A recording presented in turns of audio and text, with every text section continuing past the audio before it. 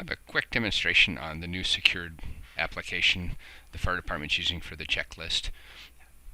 You see we're going to access via the computer right now through this web address, although you could also access with an iPad, iPhone, any smart device that's mobile compliant.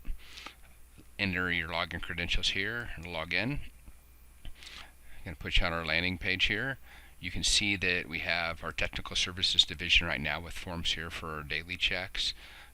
We're going to add the EMS department and other divisions along the way. You have a summary tab here that's going to show you previous submissions and your settings where you can change your password. Let's go ahead and demonstrate creating a new checklist for an engine. We open up the form. We've defaulted all the categories to passed. So if this is your form and everything's okay with your engine, you can scroll down to the bottom of the form, enter your engine number, your ID, any comments you might have, and then submit it. If you have some changes to be made, just go ahead here and drop the drop down, click the changes, know if the 127 represents you filled out the form and send it to the shop. Maybe this is not applicable. You can go through the form, make the changes that you need to make. Come down here and enter your engine number, your initials and ID. We're going to indicate this is a test form. And then we could save it at this time and restart it another time if we had some questions about our form. We'll go ahead and submit. The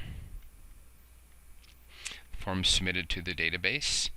We have a choice this time. We can restart if we have more forms to do, or we can click exit and exit the program. Okay, we're back at our login screen again. We'll go ahead and log in. We just covered how to submit new forms for the engine. Same thing is true for all the other forms.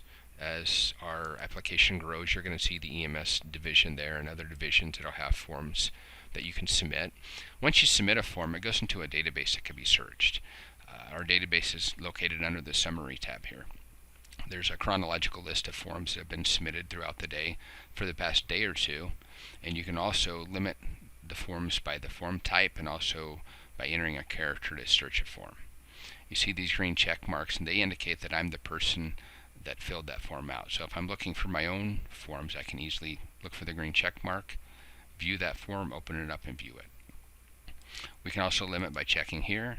I'm going in and enter a character, search for that character, and it's going to bring up all the Engine 99 checklist. You can see I'm the person that submitted 3 out of those 4 forms. If I want to go in and look at that, I can view that form.